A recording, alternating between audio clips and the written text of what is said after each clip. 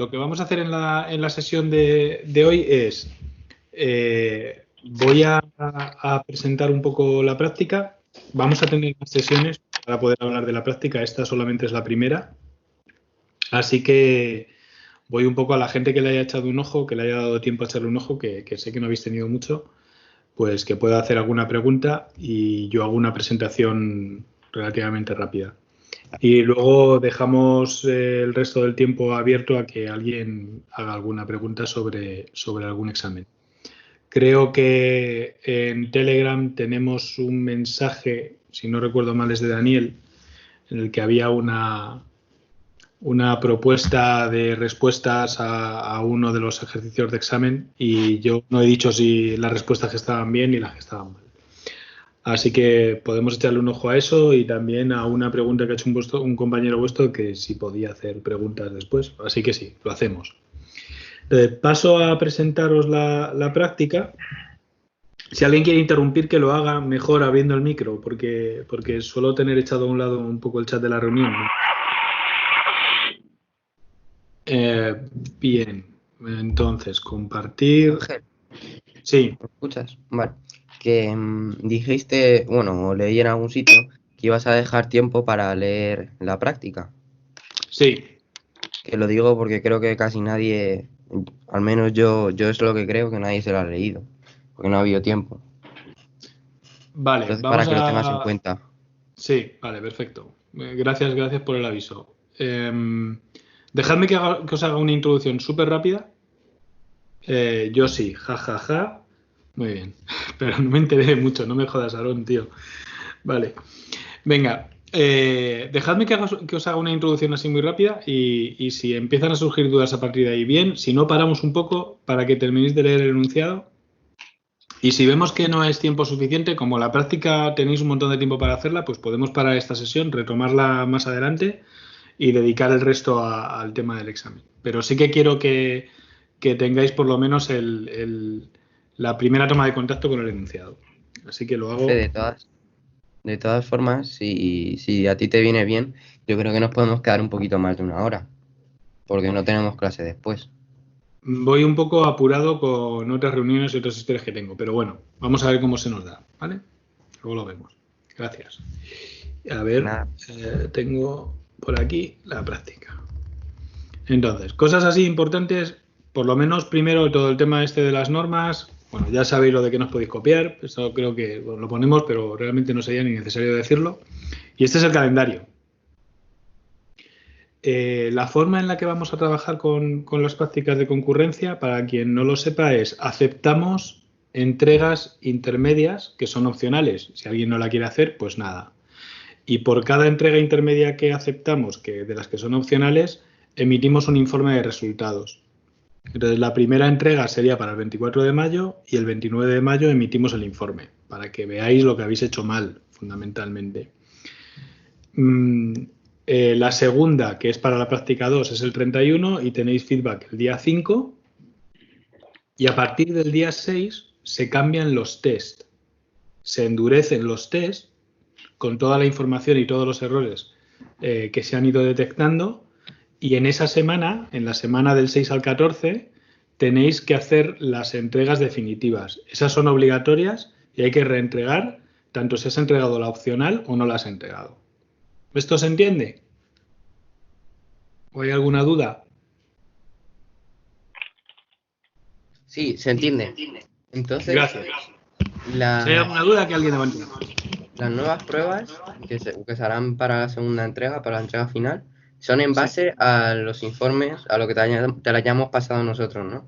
Exacto, sí. Las primeras prácticas, los primeros test que van a pasar vuestras pruebas cuando hagáis la entrega, son unos test que no son muy duros. Por lo menos para que podáis tener un poquito de feedback y tal. Pero luego en la segunda parte se van a endurecer un poco, pero vais a tener información suficiente para pasar también esos test, ¿vale? Serán, o sea, de alguna manera, si os habéis equivocado en una cosa que no se ha visto en las primeras entregas, nosotros vamos a poner los test para comprobar que esas cosas se han corregido. Es básicamente la idea. O sea, no es que vayamos a fastidiaros metiendo unos test que son demenciales o algo parecido, ¿vale? Estaréis avisados todos con los informes previos que se hayan dado. Bien. Profe, dice David que si hay entregas infinitas. Yo creo que lo dice por si podemos hacer más de una entrega con las últimas pruebas más chungas. No creo que vaya a haber entregas infinitas. Habrá un número bastante grande de entregas posibles, pero no creo que sean infinitas. O sea, una cosa que es fundamental para nosotros es que no acabéis usando el sistema como un sistema solo de depuración. O sea, podéis usarlo como un sistema de testing, pero no como un sistema de depuración. Esa es la idea. Entonces estarán limitadas, no sé, pero bueno, habrá un límite razonable. Pueden ser, yo qué sé, por lo menos 10, 15 entregas seguras. ¿Vale? Entonces es un recurso un poquito limitado para vosotros. Podréis usarlo, pero con cariño. Cuidado. David, ¿dónde lo ha puesto? ¿En el chat? ¿Mm? Sí, ahí lo ves. Pues es que como no puedo compartir desde Unix. Vale, ok, perfecto. A ver si consigo verlo. Bien. Bueno, lo que os vamos a pedir es el conjunto entero de la práctica es un simulador de tráfico en carretera. El código que os vamos a dar, cuando lo pongáis en funcionamiento, vais a ver un interfaz gráfico donde vais a ver una carretera con varios segmentos. Yo qué sé, podéis imaginarlo. Kilómetro 1, kilómetro 2, kilómetro 3, kilómetro 4. Esos serían 4 segmentos. Y en cada segmento tenéis un número de carriles que es fijo para toda la carretera. Pues, por ejemplo, pongamos que son 3 carriles. Y el sistema es automático en el sentido de que intenta que nunca haya colisiones entre coches. Y para eso se mantiene a un coche en un carril en un segmento. Nunca puede haber 2 coches en el mismo carril en el mismo segmento. Esto es así, grosso modo, en lo que consiste nuestro simulador. En las reglas que tenéis aquí dice tráfico en una carretera de varios carriles divididas en segmentos ordenados. Los coches entran en la carretera en el primer segmento y la abandonan saliendo del último segmento. Cada coche tendrá un identificador y una velocidad. Y es importante que la velocidad no está dada en kilómetros hora, por ejemplo, sino en el tiempo que tarda un coche en pasar por un segmento. Entonces, si tú, por ejemplo, dices el SEAT tarda 5, pues significa que su velocidad es que para poder cruzar un segmento entero tienen que pasar 5 unidades de tiempo, que son 5 ticks que llamamos. Podéis pensar en los ticks en la unidad de tiempo que os dé la gana, horas, lo que os resulte más razonable para pensar en la práctica. Luego dice, un coche no puede entrar en la carretera si todos los carriles del primer segmento están ocupados, ¿vale? Un coche no puede avanzar al siguiente segmento si todos los carriles del siguiente segmento están ocupados. Y luego dice que un coche no puede cambiar de carril dentro de un segmento, o sea que en cuanto entra en un segmento y está en un carril, en el 1, en el 2 o en el 3, no puede cambiar en el resto del segmento. Y que cuando acabe el segmento y pase al siguiente, puede cambiar de un carril al que le dé la gana. Si está en el carril de la derecha, hay un carril central y un carril a la izquierda, podría irse de la derecha hasta el de la izquierda. Obviamente es una simplificación, pero nos vale. Luego, el tiempo que está el coche en el segmento depende de la velocidad del coche, lo hemos dicho un poquito arriba, y un coche que está en el último segmento siempre puede salir cuando llegue al final del segmento. ¿Dudas con esto? Esto es una visión así como muy foto en super zoom. ¿Cómo lo veis? ¿Alguien quiere hacer algún comentario? Yo lo último ya me he perdido. ¿Cuál? La última explicación que has dicho, lo de si cambia de carril o eso. Vale, voy a intentar hacer una cosa, a ver si me sale.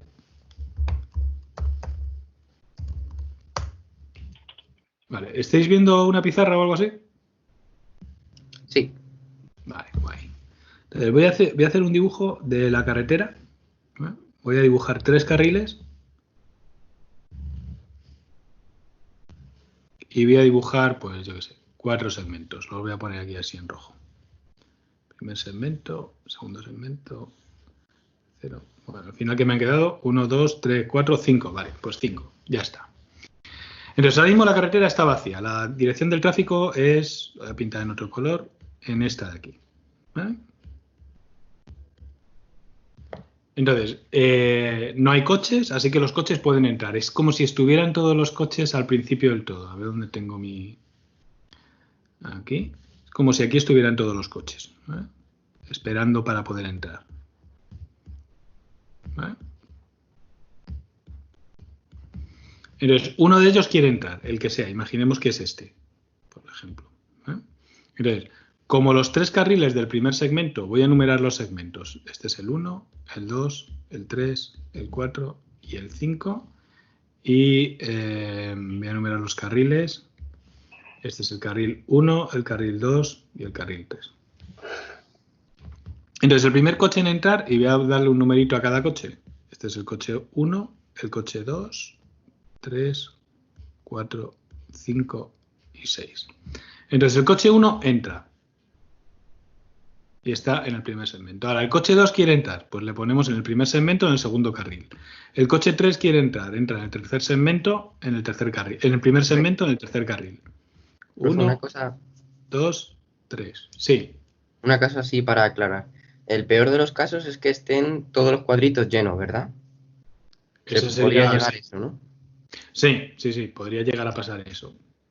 De hecho, ya en este caso ya tenemos una cierta idea de lo que está ocurriendo, porque estos coches van avanzando, pero están ocupando cada uno su propio carril y ningún otro coche, ni el 4, ni el 5, ni el 6, pueden entrar en la carretera. Así que cuando empecemos a ver las operaciones, veremos que se quedan bloqueadas para que los coches no puedan avanzar. Se ve eso, ¿no? Entonces, imaginemos, por ejemplo, que llega el primer coche, que fue el primero que entró y que va a una velocidad suficiente como para llegar al final el primero. Entonces, ahora tiene que acceder al segundo segmento. Y como el segundo segmento tiene todos los carriles libres, pues puede acceder al carril que le dé la gana. Le podremos colocar en el segundo carril, el coche número 1. O sea, es como si el coche número 1 hubiera hecho un cambio de carril. ¿Por qué? Pues porque nos ha dado la gana y porque no hay nada en el enunciado que nos impida hacer una cosa así. Y entonces, en ese instante de tiempo, esto ya ha desaparecido, tengo el coche ahí, ¿vale? Y justo ahora mismo ya tengo la posibilidad de que el coche número 4 acceda al carril número 1 y se ponga a circular.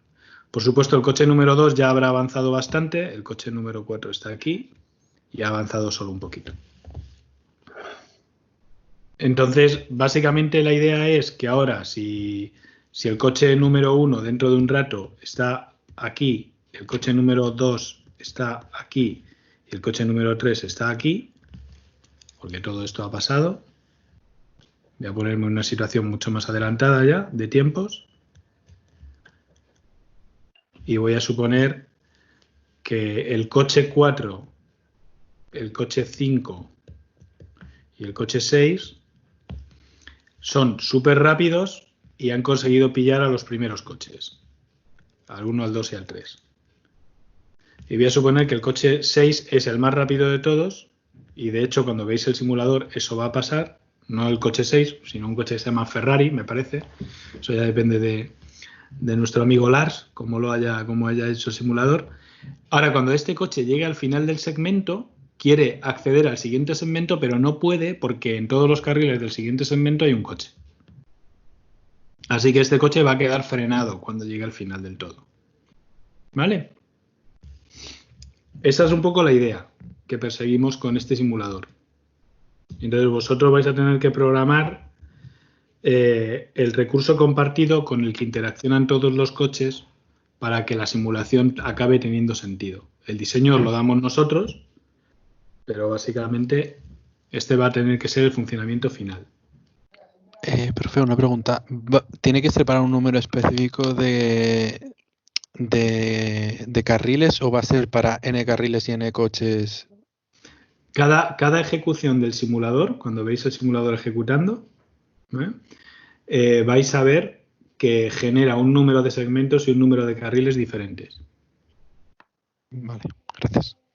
¿Vale? Eso significa que os lo van a pasar en los constructores. Pero bueno, lo vais a ver claro en cuanto tengáis el código de apoyo. Yo ahora mismo estoy más en la parte conceptual de que esto se entienda. Venga, más preguntas. ¿Los coches 6 pueden adelantar al 1, 2 y el 3? La única manera de que el coche 6 pudiera adelantar, por ejemplo, al coche 3 es que el coche 1 fuera lo suficientemente rápido como para pasar al segmento siguiente y que el coche 6 hiciera así. ¿Vale? Vale. Pero hasta que el coche 1 no se quite del segmento 3 del carril 2 y deje ese carril libre, el coche 6, aunque fuera mucho más rápido, tendría que bloquearse aquí, ¿eh?, antes de entrar al segmento, pero si el coche 1 hubiera avanzado más rápido que el coche 2 y que el coche 3, entonces el coche 6 podría ocupar el carril del que estaba ocupando el coche 1 en el segmento 3 y por lo tanto podría adelantar al 2 y al 3. Y de hecho luego podría adelantar al 1 porque tiene carriles libres por delante. Y de hecho cuando veáis eso en el simulador lo vais a ver, porque va a haber coches que son lentos, que salen antes, y coches que son rápidos y salen después, y en cuanto un coche rápido encuentre un carril libre se va a meter en él y va a poder adelantar a los demás. Profe, Venga, entonces una cosa. Si yo quiero pasar del segmento 3 al segmento 4 y tengo todos los carriles del segmento 3 ocupados y quiero pasar al 4, por ejemplo, el coche 1 puede pasar al carril que le dé la gana. En plan, no tiene por qué estar en el siguiente, puede ir a cualquiera de los tres. Sí, eso es. Los coches cuando cambian de segmento, en el segmento, cuando están dentro de un segmento no se pueden cambiar de carril. Pero cuando llegan al final del segmento pueden irse al carril que les dé la gana del segmento que quiere, el siguiente. Vale, ok. Al que quieran, ¿eh? O sea, no hay... Eso ahí vosotros podéis programar como os dé la gana. No hay ninguna restricción por parte del enunciado. O sea, vuestro recurso compartido va a decidir a qué carril vais. Y entonces podréis decir que aceptáis ir al que se quiera del siguiente segmento mientras esté libre. Esa es la clave. Profe, una pregunta. Bueno, Venga. dale. Bueno, Carlos, Di. te he cortado. Vale, gracias. ¿El número de carriles siempre va a ser fijo o va a ser n, digamos, nosotros a la hora de programarlo? El número de carriles va a ser cambiante. O sea, es un parámetro que se va a pasar al recurso compartido. Vale. Entonces, cada vez que creemos un recurso compartido que es capaz de gestionar una carretera, le vamos a decir cuántos segmentos y cuántos carriles hay. Vale, perfecto. Gracias. Y, profe, no existe ningún criterio en cuanto a los segmentos, me explico. Es decir, puedes, como en la vida real, poner que los coches que tengan tanto tiempo o mayor vayan a los carriles de la derecha para agilizar el tráfico, porque si no puede haber situaciones en las que, como pase con el Ferrari, se te queden bloqueados todos los procesos durante una cantidad excesiva de tiempo. Aunque no se va a producir interbloqueo, pero sí que va a tardar muchísimo tiempo. No tenemos, o sea, básicamente tú puedes decidir lo que te dé la gana con tal de que decidas que alguien avanza, ¿vale? O sea, a ver, lo que pasa es que la pregunta que tú me has hecho es que no consigo entender bien en qué circunstancias. Ponme un ejemplo en el que pueda ver qué ocurre. ¿Dónde está ese problema? Pues básicamente que si avanzan, por ejemplo, imagínate que los coches 1, 2 y 3 son los más lentos y el Sí. 4, 5 y 6 son los más rápidos, pues que los 1, 2 y 3 vayan por el carril de la derecha del todo, de forma que el 3... Ah, vale, no, vale. Ya lo he entendido. No, porque cuando llega al final tiene que avanzar inmediatamente a 1 aunque esté libre, ¿no? Sí, eso es. Sí. Vale. Sí, entonces no tiene sentido.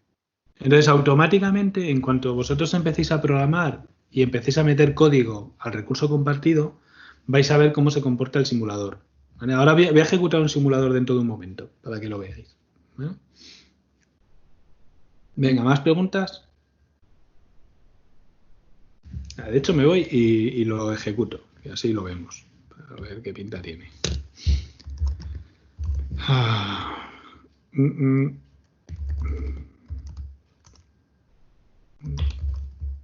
Esto es...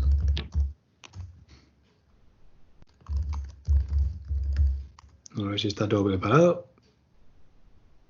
aquí para ejecutar. Profe, te hablo si puedes prestarme atención mientras vas haciendo Sí. esto. Puedo. Entonces, el enunciado de la práctica básicamente es esto, ¿no? Con algún detalle más, imagino. Sí, hay un detalle importante que es cuáles son las operaciones del recurso compartido. Es decir, cuál ha sido exactamente el diseño para conseguir que pase lo que vamos a ver ahora. Y es casi la última cosa que os voy a contar en la clase de hoy. O sea, vamos a ver un momento esto, ejecutando. Entonces tenéis dos maneras de hacer funcionar el simulador. Le podéis dar aquí al Start, Simulation. Esto está en inglés porque lo ha hecho Lars, ¿vale? Lars Åke Fredlund, que es un profesor de origen sueco y que casi siempre que escribe código lo acaba escribiendo en inglés. Es posible que lo traduzcamos, ¿vale? Entonces, el simulador está funcionando él solo ahora mismo. No estoy haciendo nada. Esto parece que hay un coche que es un Citroën y el @2 indica la velocidad a la que va, ¿vale? Perdón, o sea, es el número de tics que le quedan para salir del segmento. Entonces, si veis, no sé si se ve creo que no se ve mi cursor, como siempre. ¿Verdad? No se ve el cursor, ¿verdad? No. Mierda, vale. Bueno, pues tenemos que mirarlo. Vamos a ver lo que pasa aquí. Entran dos coches, uno va muy rápido, que es el Volvo, y otro va más lento, que es un Volkswagen, que estaba en el carril de aquí. S3 y S1, el 1 indica el número de tics que necesita para cruzar todo el segmento. Por eso ha ido tan rápido el Volvo. El Volkswagen va bastante más lento, ¿eh? Porque necesita 1, 2, ahora se va a poner a 0 y aquí están 4. Dentro de un poquito pasará a 3, 2, 1 y pasará al siguiente segmento. Lo vamos a ver ahora. Está ya en 2. Ahora estará en 1 en breve. Y cuando llegue a 0 y se le haya acabado ya el tiempo de ese segmento, pues ya pasa al siguiente segmento. Como no hay nadie en el siguiente segmento, pues puede pasar perfectamente. Profe, Entonces esto lo... No me estoy enterando ¿Sí? de nada. ¿Qué es eso del 3, 2, 1? ¿Estás viendo la pantalla Sí, con el sí. simulador? Sí. Sí. ¿Ves que el coche tiene un numerito después? Sí. Ese es el tiempo que le queda al coche por estar en el segmento. Indica la velocidad del coche. En unidades de tiempo, ¿no? En unidades de tiempo. Sí. Vale. En tics. ¿Vale? Ahora entenderemos un poquito mejor eso. Le voy a dar aquí al step ticks porque ahora lo que sí que podemos hacer es arrancar la simulación y darle al tick nosotros. Entonces, aquí ahora, en esta ejecución que estamos viendo, hay tres coches. Un Toyota con velocidad 1, un SEAT con velocidad 3 y un Porsche con velocidad 3. El Toyota con velocidad 1 significa que en un tick es capaz de atravesar todo el segmento. El SEAT y el Porsche necesitan 3 ticks para atravesar todo el segmento. Así que voy a meter un tick y vemos que el Toyota ya ha avanzado porque en un tick ha recorrido todo el segmento. Mientras que al SEAT y al Porsche le quedan 2 ticks para recorrer todo el segmento 1. Si doy otro tick, el Toyota avanza al segmento 3 porque va muy deprisa. Y el SEAT y el Porsche van demasiado despacio. Y entonces cuando le vuelva a dar, ahora ya sí que avanzan al siguiente segmento. Los dos. Los dos al siguiente segmento, y salen de la carretera. Ejecuto otra vez la simulación. Esto es un Toyota, un SEAT y un Volvo, ¿vale? Y ahora aquí empiezan a entrar otros coches. Un Fiat con velocidad 1, un SEAT con velocidad 1 y un Porsche con velocidad 2. Le he dado 2 veces al tick, no me he dado cuenta, me tenéis que perdonar. Entonces el Volkswagen aquí va a entrar un Volkswagen también. Estos dos, el SEAT y el Fiat, están ocupando el segmento 2, los carriles central y de la izquierda, por ejemplo, si lo veis en esta línea. ¿Vale? El Porsche que está a punto de salir. Entonces ahora el Porsche, cuando salga del segmento 1, solo puede ir al carril de la derecha del segmento 2. De hecho, es lo que pasará. Y el Volkswagen, aunque hubiera ido muy deprisa, no podría ir al segmento 2. Tendría que quedarse bloqueado. ¿Vale? Entonces, con el simulador, que lo vamos a pasar en breve, o sea, yo creo que muy probablemente hoy o mañana tengáis el simulador disponible. Por supuesto sin la solución, porque esto está funcionando guay, porque tenemos una solución implementada nosotros de monitores que hace que esto funcione, pero el que os demos tendrá un esqueleto de monitores que no funciona. Ni se paran los coches ni leches. Bueno, entonces Pues tendréis que jugar con esto para ver cómo se comportan las cosas y tal. ¿Lo veis? ¿Los coches tienen siempre la misma velocidad? No, si te fijas... Sí, por eso es que ha cambiado. Por eso he preguntado. Claro, sí, no, los coches... O sea, si un coche entra con una velocidad, se mantiene la velocidad todo el tiempo, eso sí. ¿Vale? O sea, por ejemplo, el SEAT aquí pone velocidad 3 y siempre tiene velocidad 3. O sea, tarda 3 ticks en cruzar un segmento. Le voy a dar 3 veces. Aquí está. Y va a tardar 3 ticks en cruzar el segundo segmento. Está aquí. Y tarda 3 ticks en cruzar el segundo segmento. ¿Vale? Vale. Voy a volver a ejecutar una simulación. Esto es un Ford que tarda 1 en cruzar un segmento. Le doy un tick, salta al siguiente, otro tick, salta al siguiente, otro tick, salta al siguiente. Otra simulación. Lo que pasa, Sí. profe, es que el número que le sale ahí es el número de ticks que faltan para seguir al siguiente segmento. Por eso cambia. Sí, aquí estáis viendo exactamente el número de ticks que le quedan todavía para cruzar al siguiente segmento. Cuando entra en el segmento, el número de ticks que le quedan es el que indica la velocidad. Ahora mismo acabo de ponerlo en marcha. Significa que el Volvo va a velocidad 1, el Fiat a velocidad 2 y el Toyota a velocidad 1. Le hago un tick y entonces el Toyota y el Volvo salen, pasan el segmento, mientras que al Fiat todavía le queda 1 por andar y el Volkswagen que acaba de llegar le quedan 4 y al Citroën le quedan 2. Al Fiat va siempre a velocidad 2. 2, ahora le queda 1 y ahora le queda pasar al siguiente segmento con velocidad 2. Podéis ver que el Volkswagen va siempre un poco retrasado, muy probablemente porque Lars es sueco y no le gustan mucho los Volkswagen, ¿vale? O sea, así son las cosas. Venga, más preguntas. Profe, ¿el simulador es compatible con cualquier sistema operativo o hay que usar Linux? No, es compatible con cualquier sistema operativo. Está todo hecho con las bibliotecas estándares de Java. Vale, gracias. Vale, muy bien. Y con el código que nos paséis vais a pasar también el simulador y todo, y el esqueleto y todo eso, ¿no? Todo eso. Vale. Sí. Mirad, os vamos a pasar para que lo veáis este código. Profe, otra cosa, mientras abres ahí el código y tal. Venga. El simulador como tal, para poder detectar errores, imagino que será a punta de ver el texto de abajo, ¿no? No es que vayas a ver, no va a dar mensajes de error ni nada por el estilo. Van a ser que vas a tener returns iguales, por ejemplo, y cosas por el estilo, o si va a haber algún feedback en ese aspecto. Si hacéis implementaciones incorrectas, vais a ver mensajes de error por aquí abajo. Vale. En todo este texto que va apareciendo aquí. Este texto es la traza de ejecución de cada una de las operaciones de vuestro recurso compartido. Así que cuando algunas cosas se rompan, vais a verlas también. ¿Vale? Vale, Va a gracias. ser más fácil detectar los errores en esta traza que viendo los carriles de los coches. ¿Vale? Pues el código va a tener una pinta parecida a esta. Esto es lo que vamos a dar.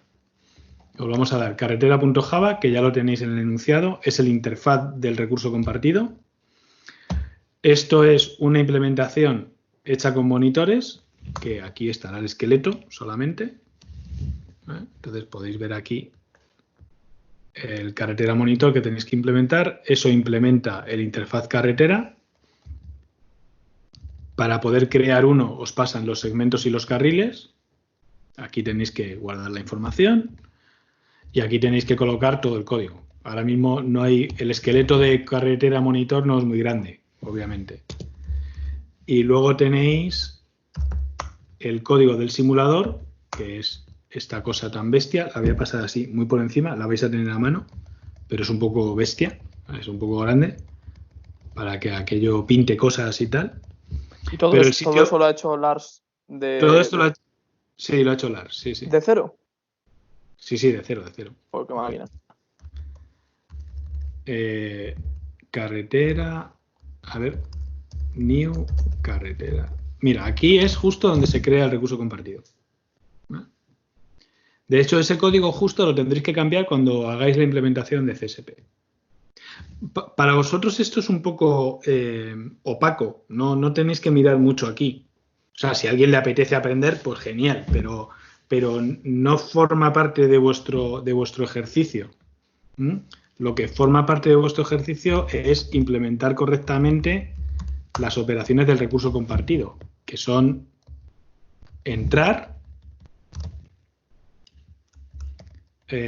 avanzar, ahora vamos a hablar un poquito de ellas, circulando y salir. Esas son las 4, y ticks. Y la operación de tick. Esas son las 5 operaciones que tenéis que implementar vosotros. Entonces, si volvemos un momento al enunciado, la parte más importante del enunciado para poder seguir leyéndola es lo que hacen los procesos. Entonces me voy muy rápidamente a los procesos, a los coches. Entonces fijaos en esto de aquí. Esto es lo que va a hacer un coche todo el tiempo. O sea, lo pones en marcha, tiene un identificador interno y la velocidad a la que va. La velocidad a la que va son los ticks. El TKS es el número de ticks que tarda en cruzar un segmento. Entonces, primero ejecuta entrar.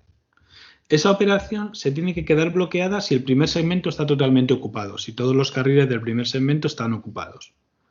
Si no se queda bloqueada, se ejecuta la operación circulando, que es una operación que se va a quedar bloqueada durante tantos ticks como la velocidad del coche. Y después, en un bucle, lo que va a hacer es avanzar al siguiente segmento, circular, avanzar al siguiente segmento, circular, hasta que se acaben los segmentos. Y cuando llega al último segmento, ya ha terminado de circular en el último segmento, ejecuta la operación de salir. Así que vosotros vais a tener que ser capaces de que los coches, estos procesos, se queden bloqueados de manera que el comportamiento del simulador sea el adecuado. Entonces, claro, dicho así es como muy tocho, pero toda la información de cuándo un coche se tiene que quedar bloqueado o no en estas operaciones la tenéis en el recurso compartido.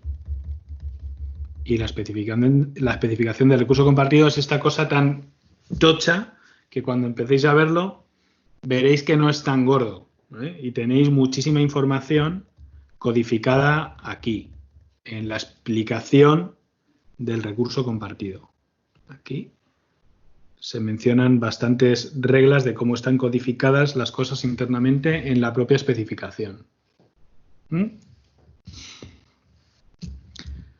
Vale. Entonces, la idea de esta mini sesión, de que llevamos ahora mismo solo, 34 minutos o por ahí, es que tuvieseis por lo menos el punto de anclaje de partida de por dónde va el tiro de la práctica. No necesito que lo entendáis al dedillo ni que con esto hayamos solucionado todos los problemas. Vamos a dedicar una sesión más, seguro, a que podáis hacer preguntas más específicas de la práctica, especialmente después de que tengáis todo el código de apoyo. Entonces, con lo que yo he contado, si alguien tiene alguna pregunta, antes de que luego ya empecéis a bucear, solo con esto, o si alguien lo ha mirado más a fondo y ya tiene alguna duda más crucial, que la haga. Lo que me digáis. Yo solo una pregunta, ¿es individual o es en grupos? Es en grupo. Vale, gracias. ¿En grupo o en parejas? En parejas. Ah, vale.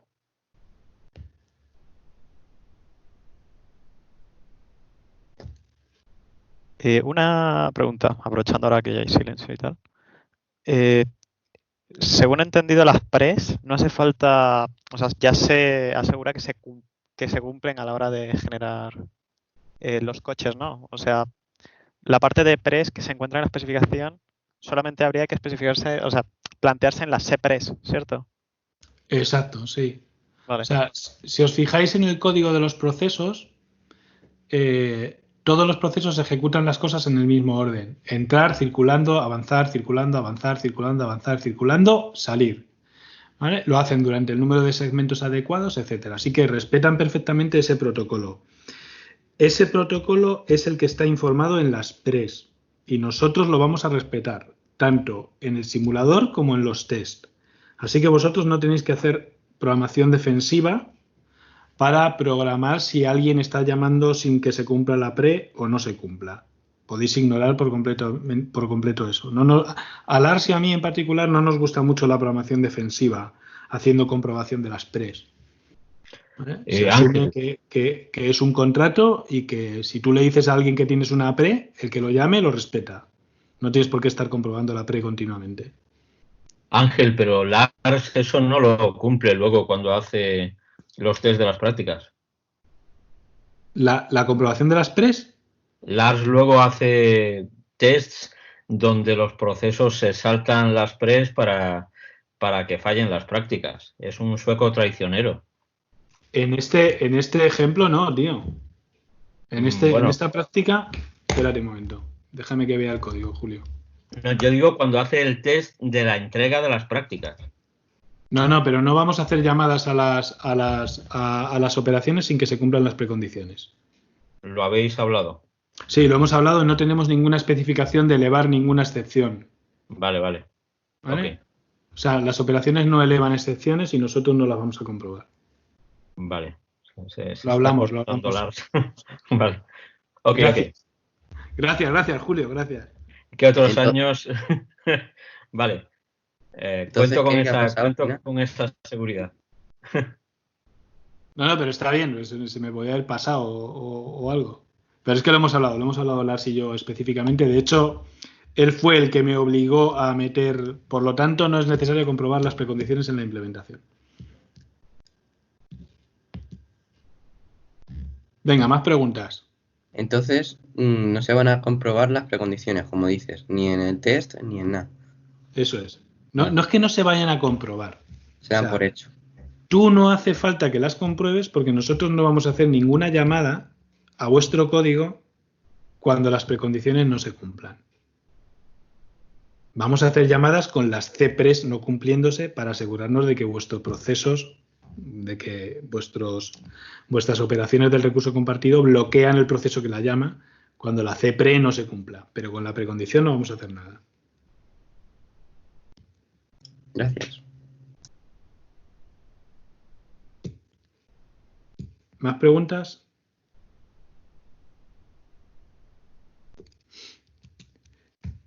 Julio, si te parece, voy a hacer una cosa. Voy a parar la grabación aquí y así salvamos un vídeo.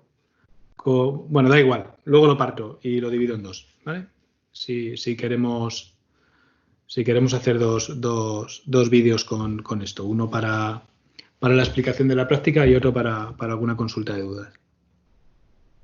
Lo hago luego, no te preocupes. Perdona.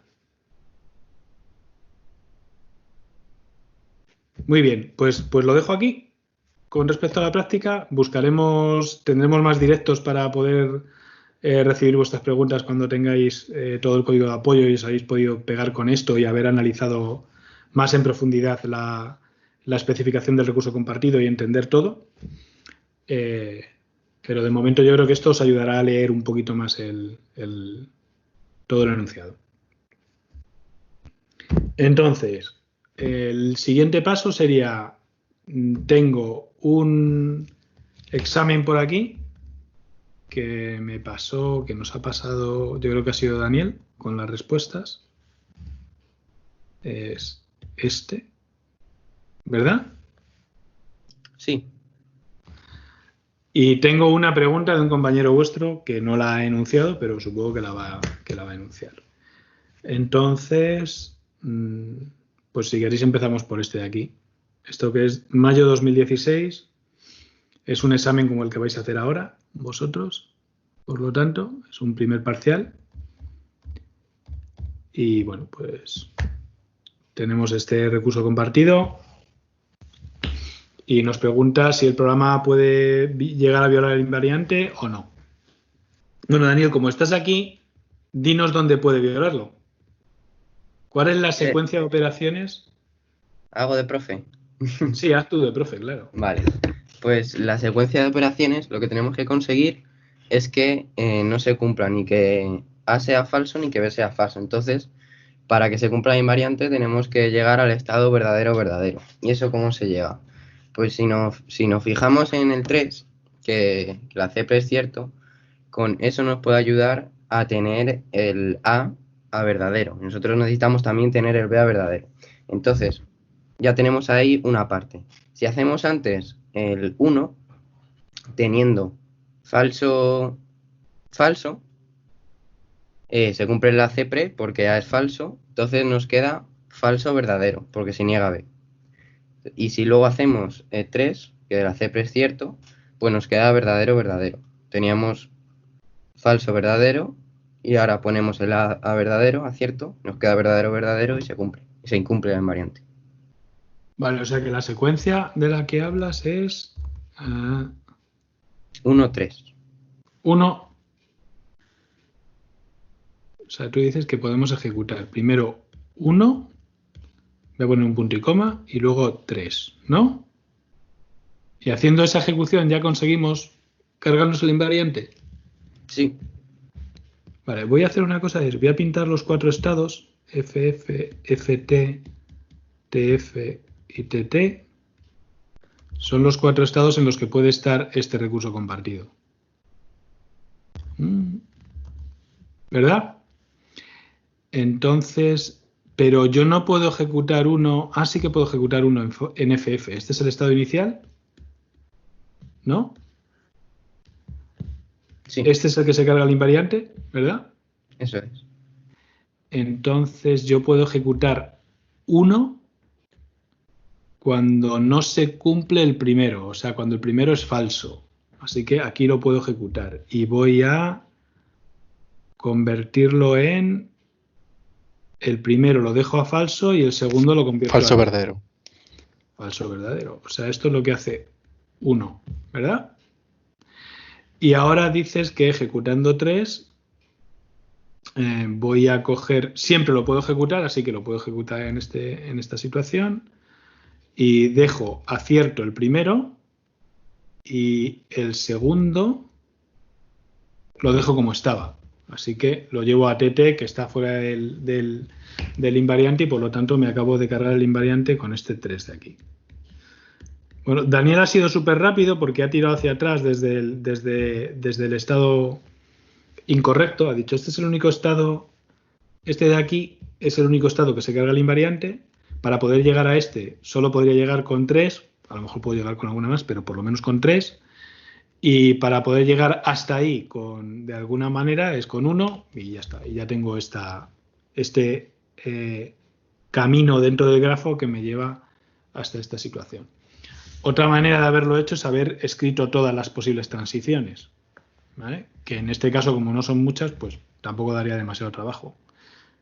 Aquí estás en el estado inicial, podrías ejecutar 2 en el estado inicial, uno de los 2 tiene que ser true, pero ninguno de los 2, así que 2 no se puede ejecutar. Podrías ejecutar 3 en el estado inicial, sí, y pones acierto el primero y dejas el segundo como está, con lo cual vendrías aquí. Y ahora explorarías en FT y en TT y en TF a dónde puedes ir y enseguida encontrarías que con 3 te cargas el invariante, que sería la otra opción. ¿Vale? ¿Dudas con esto? Me paso al siguiente. Si voy deprisa y quiere volver atrás, que me lo diga. ¿Vale? Entonces, aquí tenemos ¿cuántos procesos puede haber a la vez en ejecución? La respuesta tuya es 3. ¿Por qué es 3? Porque tenemos... Vale, pues... Venga, dínoslo tú. Haz de profe otra vez. Vale, antes, no sé si lo sabías, pero puedes quitar el cuadrito ese que sale arriba de grabando. Si le das arriba a la derecha, lo puedes minimizar. Ahí. Muchas gracias. Tú sí que haces de profe, tío. Bueno, pues aquí, como mínimo, podemos tener 3, porque ya vemos que hay 2 starts. Entonces, al haber 2 starts, están esos 2 procesos y el main. Entonces, como mínimo hay 3. Entonces, tenemos que preguntarnos si puede haber más, 4 o 5. ¿Vale? Entonces, vemos que después de hacerse los 2 starts, hay un join. Entonces, hay un proceso menos, porque hasta que no acabe no va a seguir ejecutando. Entonces, en ese punto, cuando acaba el join, tenemos solo dos. El uno que ha quedado y el main. Y luego empieza otro. Entonces, seguimos teniendo 3 como máximo. Sí, señor. Voy a hacer una cosa para poder escribir encima. Vale. Exacto. ¿Alguien no lo ha visto?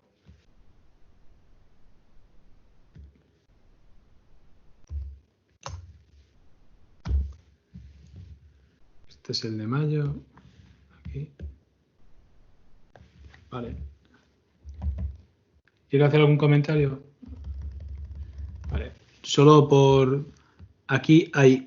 Justo cuando esto arranca hay un proceso, que es el main. Aquí hay un proceso, aquí hay un proceso, aquí hay un proceso, aquí hay dos procesos, aquí hay dos procesos. Perdón, 3 en ejecución. Y aquí, justo después del join, hay 2. Aquí vuelve a haber 3. Y aquí, cuando llegamos al final, acabará habiendo 0. ¿Vale? Pero como máximo, el número máximo de procesos que hay en ejecución a la vez son 3. ¿Vale? Porque aquí esperas hasta que este proceso se acabe. Solo por curiosidad, porque hay gente que sí que comete este error, con este new, con este new y con este new no se ponen en marcha los procesos. Solo se crean objetos. ¿Vale? Sobre el siguiente, el cuerpo Ángel. del método. Sí. Si hubiera una opción que fuera 2, como no dice cuántos procesos como máximo puede haber, 2 también sería correcta, ¿no? ¿Sabes? Sí, probablemente semánticamente es así. Vale. Si nos hubiéramos equivocado así y alguien hace esa pregunta en el examen, la corregimos, ¿vale? Vale. Recordad que solo tenemos una solución de... solo se puede marcar una respuesta en cada pregunta. ¿Vale? Ahora, la pregunta es si el método run es una sección crítica o no lo es. Pues sí, porque están todos, bueno, todo lo que esté en el run, no todo tiene que ser una sección crítica, pero en este caso, como están compartiendo un recurso, que es la variable n, pues está claro. No sé. ¿Dudas Sí, al respecto? Sí, un poco floja la explicación. ¿Quién ha sido ese, el que ha dicho un poco floja? Yo mismo. No, está bien si fuera cierto. O sea, aquí la pregunta es si el proceso T1, espero no equivocarme, porque como ya la he cagado en el grupo el otro día, ando un poco flojo, ¿vale? Tengo 3 objetos, T1, T2, T3. Si los dibujáis, ¿vale? T1 es una cajita que apunta a un objeto de la clase thread que dentro tiene un n que es este de aquí. Esto dice que hay un objeto, o sea, hay un n por cada objeto del tipo hilo que crees. Es verdad, no es una sección crítica. ¿Vale? Entonces tengo T2, que he hecho otro new, y T3, que he hecho otro new. Perdón. Aquí hay un n, aquí hay otro n, y cada uno trabaja con su n. ¿Vale? T1 es una variable local, así que no tengo ni que preocuparme de ella, porque cada proceso tiene la suya. Y esta n es del objeto T1, otra n del objeto T2, otra n del objeto T3, y cada proceso trabaja sobre su propia n. Así que no es una sección crítica. ¿Vale? Claro, si la n estuviera justo debajo de static class hilos, sí sería sección crítica, ¿no? Tampoco porque ni siquiera compilaría, pero bueno. O sea, aquí la clave es que esto sea static. O sea, si yo me llevo esta línea tal y como está y la pongo aquí, ¿vale? Esta n no es accesible. Voy a borrar toda la mierda que he hecho, con perdón. ¿Vale? No, esto se hace más rápido así, yo creo. Efectivamente. O sea, si yo cojo este código de aquí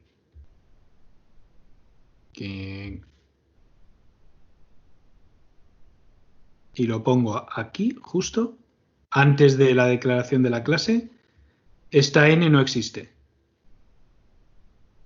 Porque para que esta n existiera necesitaría un objeto de la clase hilos, pero no tengo ningún objeto de la clase hilos. Tendría que ponerle un static delante. Entonces ya sí que estaría compartida por todos los procesos. De verdad. ¿Vale? Este ejercicio es súper interesante para determinar que algo realmente es una sección crítica o no lo es. Para que lo sea, tienen que compartir a los procesos. Y este razonamiento de aquí tiene más que ver con las clases de programación 2 casi que con concurrencia, pero lo necesitas para poder razonar sobre la concurrencia. ¿Cuál es el ámbito de las variables? Entonces, para que pueda compartir la variable, está claro que tiene que ser estática para que solo haya una asociada a la clase. Pero, bueno, en este caso, podría haber otro. En este caso es así, sí. Otro caso típico de compartición es cuando tienes un proceso. ¿Puedes dejarme terminar? Que estoy hablando de esto. Pero da igual donde esté, ¿no? Puede estar el static en esa línea o arriba, o eso influye también. No, da igual donde esté. Vale, gracias. Lo que decía era que la otra manera de conseguir que dos procesos compartan algo es que cuando tú creas el proceso A, le pasas X, creas el proceso B, le pasas X, y entonces los dos comparten esa X. ¿Vale? Se la llevan en el constructor, se la guardan por dentro y luego pueden accederla. Y eso podría llegar a ser un objeto compartido. Y por lo tanto podría acabar siendo una sección crítica la modificación de esa X interna. Y si estuviese static pero no volátil, ahí sí que sería una sección crítica o... Dentro de, bueno, sería más sección crítica incluso, pero dentro de nuestro código, os lo digo por si acaso nos equivocamos, podría olvidársenos poner la palabra volátil, ¿vale? Y aún así seguiría siendo una sección crítica. De hecho, si quitas la palabra volátil, cualquier código de dos procesos accediendo a la misma variable que no está declarada como volátil, para hacerle una asignación o para hacerle un igual, sería más sección crítica todavía porque podría estar los datos en la caché y ya ni siquiera estaría compartido. No conseguirías el efecto que tú quieres. Pero no manejamos el volátil para poneros trampas, ¿vale? Entonces, antes dijiste, Ángel, que si el static, o sea, que si tal cual está la línea con el static delante, estuviera en ese sitio, también sería sección crítica. No, si tal cual está la línea, te la llevas a la línea de arriba, donde está la flecha que yo he puesto roja, no compila el código. No, tal cual la línea con el static me refiero. Sí, entonces igual, es una sección crítica. Aún estando dentro. Aún estando dentro de hilos, sí. Vale. Porque es una variable accesible desde cualquier objeto de la clase mi hilo. Vale. ¿Vale? Avanzo. Bueno, la siguiente, esta es de semáforos, con el que ya tuve una malísima experiencia el otro día. Entonces es programa concurrente en la que dos threads, instancias de A y de B, comparten una variable n. ¿Vale? Aquí se ve. Mirad, aquí me falta volátil. Pero debemos de asumir que está. ¿Vale? No vale hacer otra cosa. O sea, si se nos olvida de poner volátil porque la variable es compartida, tiene que estar. Podéis preguntarlo en el examen en todo caso, pero intentaremos ponerla cuando hablemos de enteros y todo eso. Y si no estuviese volátil, ¿exactamente qué pasaría? Pues lo que suele pasar es que cuando ejecutas operaciones de los semáforos se sincronizan todas las cachés. Así que aquí daría igual. Ponerlo que no ponerlo. Pero mejor es ponerlo. ¿Vale? Vale. Entonces, ¿cuál es el valor de n tras terminar de ejecutar los dos threads? 2 o 6. Entonces partimos con S1 igual a 1, S2 igual a 0. Tengo solamente 2 threads, 2 instancias de esto. Este proceso bloquea. Este proceso sigue adelante, así que se ejecuta n igual a n más 2 y luego hace un signal. O sea, parece como muy claro que esto va a seguir esta línea de ejecución. Partiendo de 0 es 2 y luego por 3, 6. Así que sí, tiene pinta de que es eso. Este es muy fácil, la verdad. Dice, si en el código anterior el semáforo S2 se inicializa a 1, no está garantizada la exclusión mutua en el acceso a n, obviamente, porque los dos procesos podrían continuar a partir de aquí. Los dos lo harían a la vez y por lo tanto los dos ejecutarían a la vez este código y ya sabemos que ese código, si lo ejecutan a la vez, puede provocar una condición de carrera y no sabríamos si la salida es 2 o si es 6 o si es una cosa rara entre medias de 2 y 6.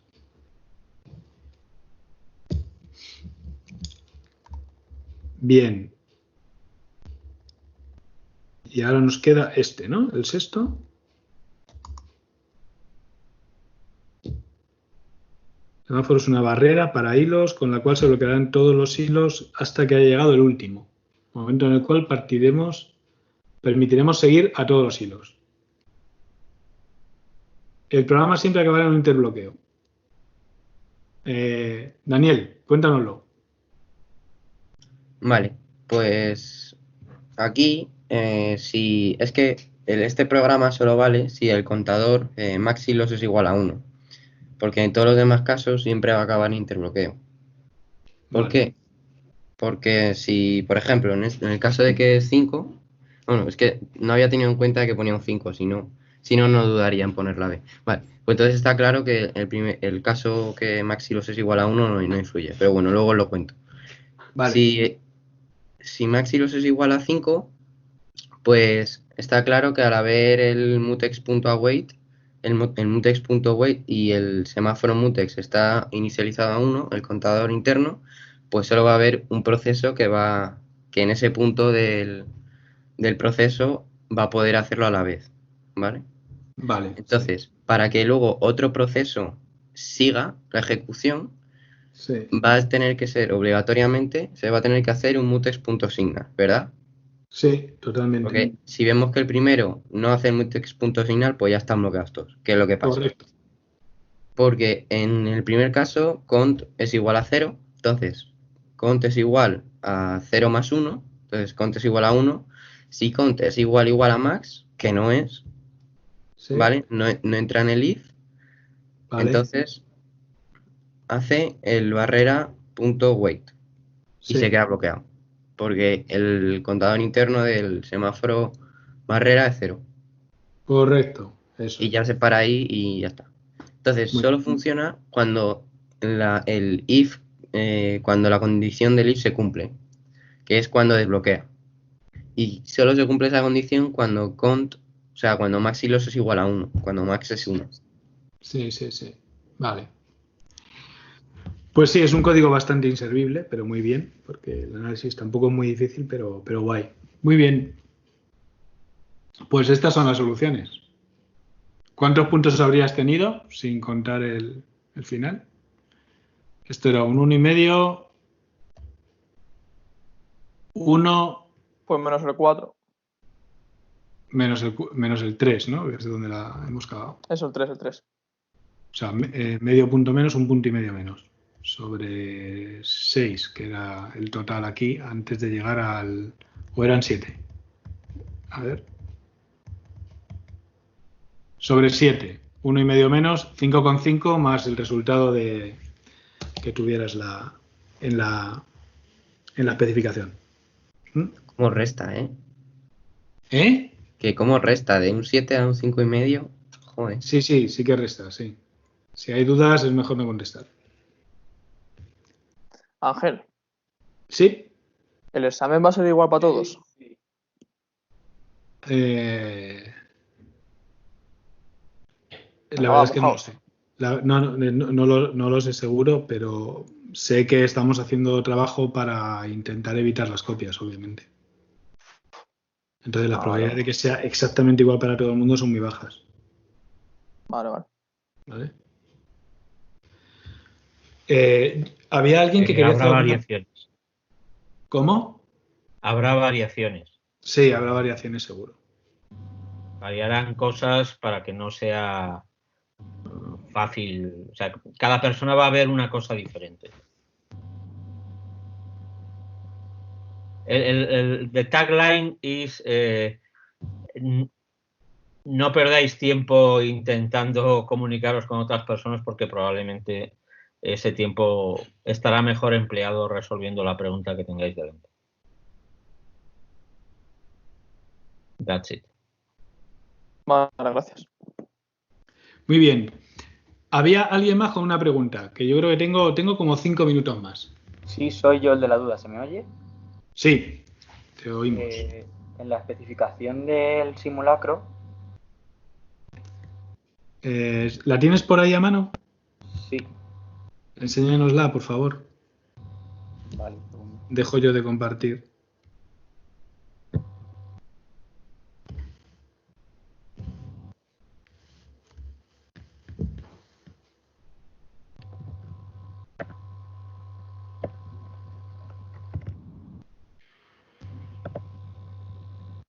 ¿Se ve? A puntitos debe estar. Todavía vemos una M, yo por lo menos. Ahora. Vale, no entiendo la invariante. O sea, no sé qué hace este punto de en medio de self leyendo y self escribiendo.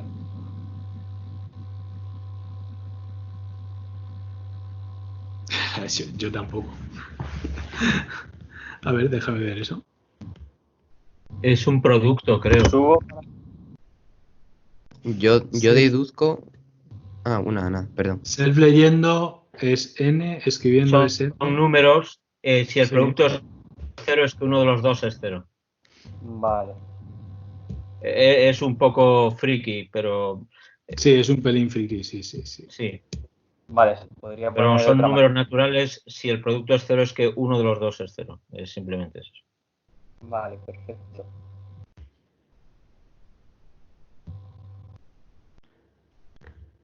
Gracias. De nada. Muy bien. Bueno, pues lo dejamos aquí. ¿Vale? Como soy el dueño esta vez de la grabación, Julio, lo tenemos más fácil. ¿Vale? Profe, una duda que no sé si la contestaste ya o todavía no la habéis decidido.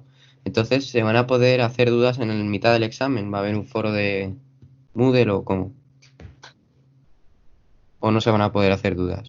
Preguntar dudas. Julio, ¿lo puedes contestar tú, por favor? Pues creo que el propio Collaborate tiene un chat. Esto ahora mismo cuando yo estuve conectado al examen del otro día, no estuve mirando el chat, pero se lo pregunto a Guillermo y lo aclaramos mañana. Pero el Collaborate estará activo, entiendo, mientras se está haciendo el examen. Entonces, o bien por el chat de Moodle o bien por otros sitios sí se pueden hacer preguntas. Como el examen va a ser un test en Moodle Exam, me imagino que hay un chat donde se puede preguntar, pero lo pregunto a Guillermo y mañana en los directos lo aclaramos. Pero sí, mejor poneros en directo para preguntar. Yo creo que es lo más cómodo. Sí, se va a poder preguntar. Te hemos perdido, Julio. Guillermo. Vale, respondo por el chat. Vale, ok, muy bien.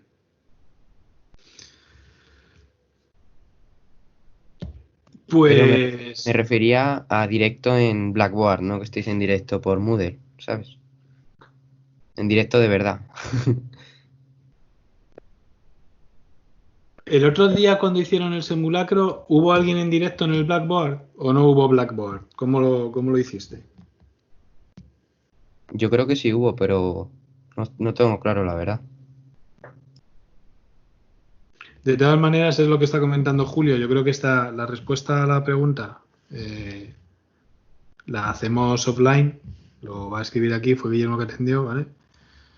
Se lo pregunto, vale, perfecto. Pues se lo preguntamos y lo ponemos por el correo electrónico para que lo sepan todos los grupos y ya está. ¿Vale? Muy bien, pues yo os dejo aquí.